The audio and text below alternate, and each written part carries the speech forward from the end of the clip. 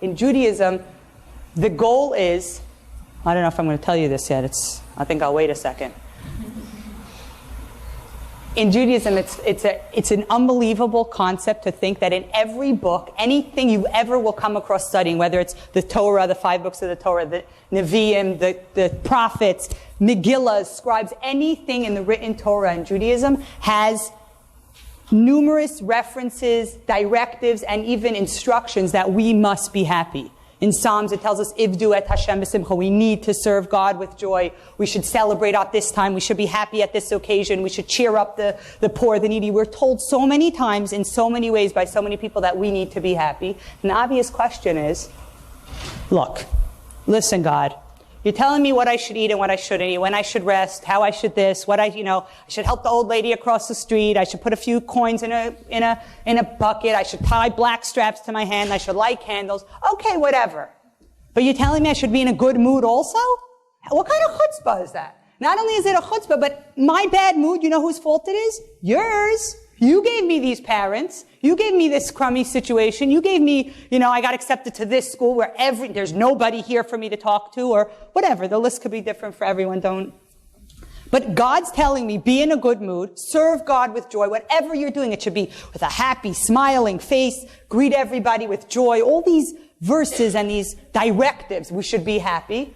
You're telling me to be happy? The reason why I'm not happy is your fault. You want to give me better circumstances and better situations? I'll be happy. It'll be simple. If you change all of these things, here's a list. Change this, get rid of this person, upgrade the, my monthly stipend, downgrade my, intellectual capacity so I could get 4.0 without killing myself. Let me be a little more social, little taller, smaller nose, bigger, whatever. Then I'll be happy. It's very simple, God. You could fix it all. Right? It's a simple solution.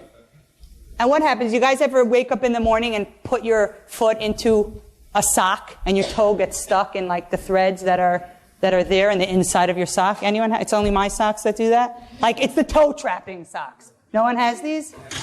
A little bit. And I'm thinking it's 2012. You can't figure out how to make socks that don't get your toes caught on your way down into the sock. Like, I don't have time for this. But what really is going on? On the outside, there's a great pattern. Whatever, it's argyle. Perfect. The diamonds, the X. Inside, there's 4 million threads going in 100 different directions. If you turn that sock inside out, you don't see argyle. You see someone doesn't know how to sew a sock. This is a disaster, right? It's really life. We see most of our lives from the inside of our sock. Threads going in different directions, events that happen, situations, traumas, sorrows, conflict, issues, people, politics.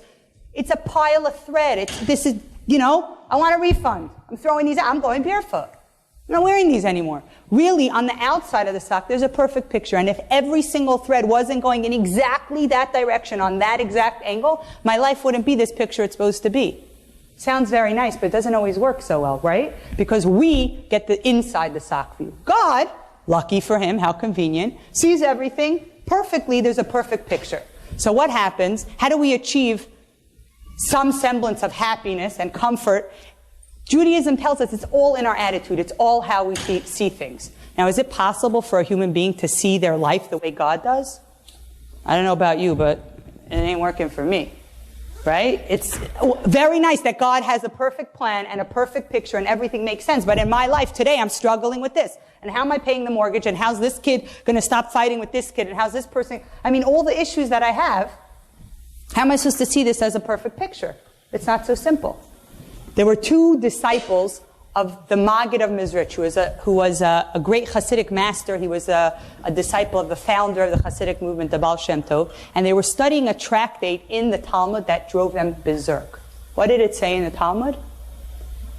Listen to this, if you're thinking to take a nap, and now's not a good time. A person, a human being, should be happy, grateful, and thankful, and appreciative to God when something bad happens to him, just as when something good happens. And they're sitting there and they're like, hold on, let's go over that verse again. And they read it again, and that's what it says. You should be equally happy when something good or bad happens to you. Hello, we're not angels, we're not God, we're people. If something bad happens to me, I'm angry, I'm ticked off.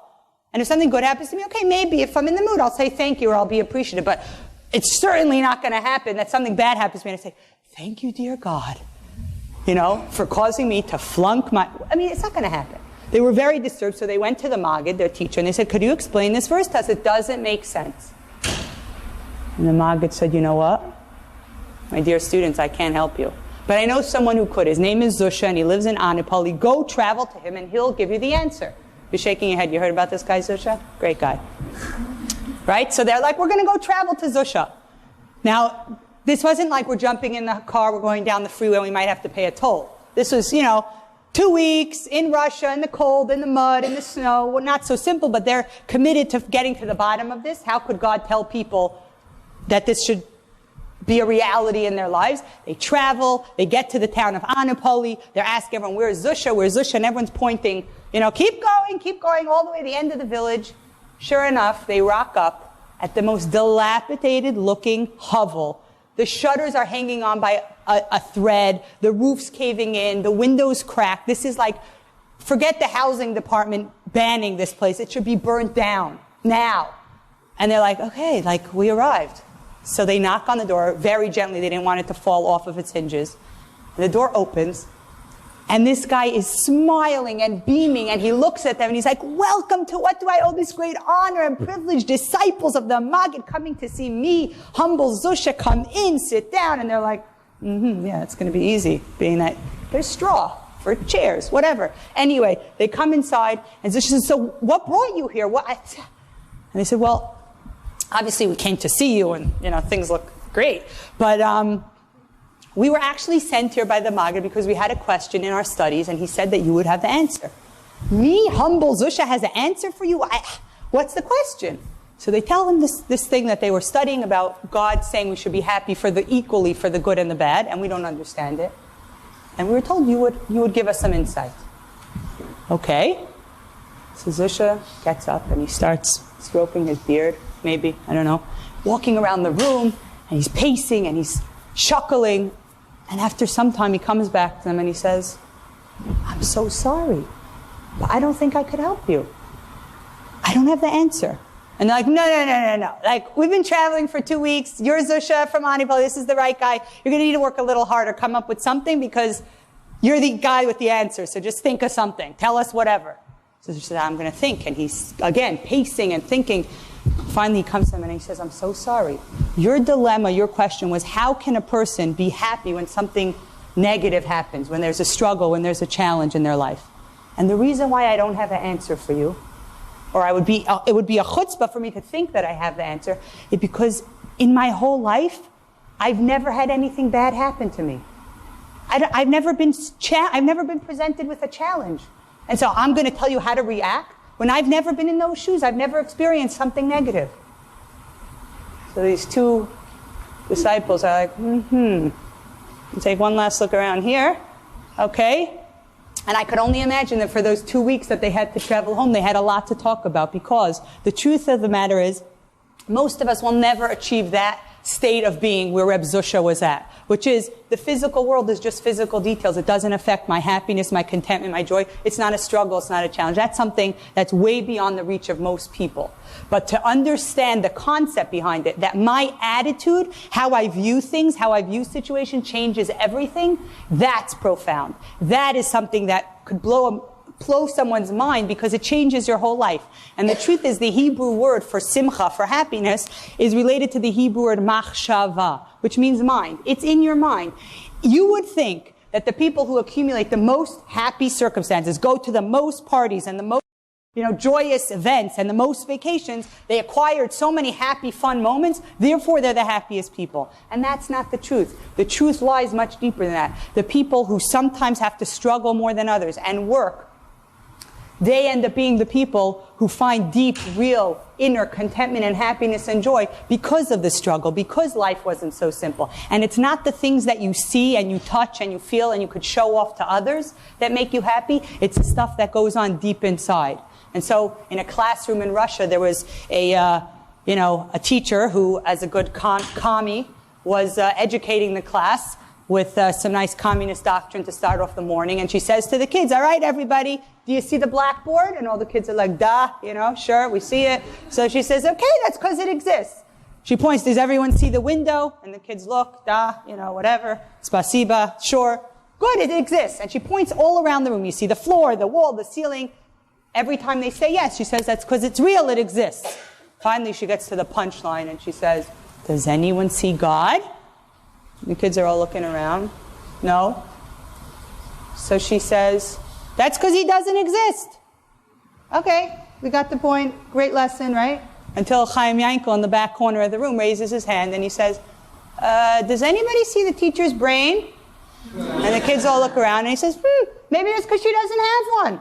Right? Because you know why? If we view our lives in terms of what we have and what we see and what we could touch and wear and live in and drive and play on, and we're getting a little part of life, but the depth and the meaning and the things that really count and give us true happiness and contentment, the love, the relationships, the satisfaction of putting effort into something, of doing something beyond your capabilities, of going out of yourself, all of that, the stuff that is really what life is about, we don't see that. You can't see that. You can see the physical. You can't see the spiritual. And so the real pursuit of happiness being the problem is in Judaism, the solution is don't pursue happiness. You may not find it. You may be running and chasing it and it may be behind you or around the corner or across the globe. You might not ever get there. But if you pursue your soul, if you pursue your connection that every single person has with their Creator and why you're here and your purpose and the meaning of your life and what you're here to contribute, if you pursue that, it's not a party, it's not fun, it's not loud music and a good glass of whatever it is, or 4 glasses, whatever it takes for you. It doesn't look like a party. But pursuing things that matter and pursuing things that count, pursuing that of your soul, leads to true happiness, leads to the end goal of feeling contentment and peace and joy. And the funny thing is, we said before, a lot of people have the question, how could God tell me to be happy if His circumstances that He caused in my life are what's causing me to be miserable and depressed? And really this whole consumerism, I would say the fine people at Lilly Pharmaceutical who produce Prozac think this is a great system. Tell people if they only buy this and get that and do this, they'll be happy. And it's not true. You have to buy something else. Upgrade the price tag, get something bigger. You can chase your tail your whole life and never stop to look behind you and say, you know what? It's inside of me. What I need to be happy is appreciating what I do have, being grateful for what is mine, appreciating the good things that I have in my life. And I just want to tell you something. This is very important. Judaism tells us this is what we have to do. We have to change our attitude. We have to work hard. It says, Ivdu et Hashem b'simcha. It comes from the word avodah, which means work. It's not easy. It doesn't come easy. Every day you have to get up and wrestle and fight with yourself to view things in the proper way. But the interesting thing about it is, you're never, ever allowed to use this on anybody else. It doesn't look like everyone got what I said. If someone calls you up, or a friend's crying to you, or someone's telling you, my life is so difficult, I have these challenges, I'm struggling with this, my relationship, my family, my finances, whatever the issue, you're not allowed to say, have a better attitude, look at it positively, just perk up, you're not allowed to tell that to somebody else. You're not allowed to explain a Holocaust, personal or global. That's not our business. We don't know why God causes what we see to be, in our viewpoint, terrible tragedies and injustices, children, adults, families torn apart, death, hunger, starvation. We cannot explain it. We do not know why God causes terrible things to happen in our viewpoint. We see the strings, we don't see the big picture, and don't pretend you do, and don't tell anyone to cheer up when something bad happens to them.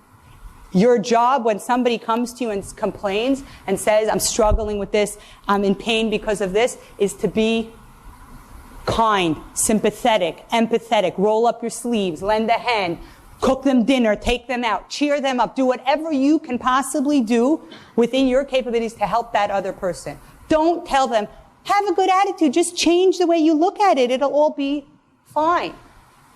What is important to know is this concept of viewing your life in a way of positivity and changing your attitude is only something you can apply to yourself. It works if you apply it only to yourself and never try to do it to anyone else. If you liked that video, hit the subscribe button and notification bell below for hours of the best Jewish content online.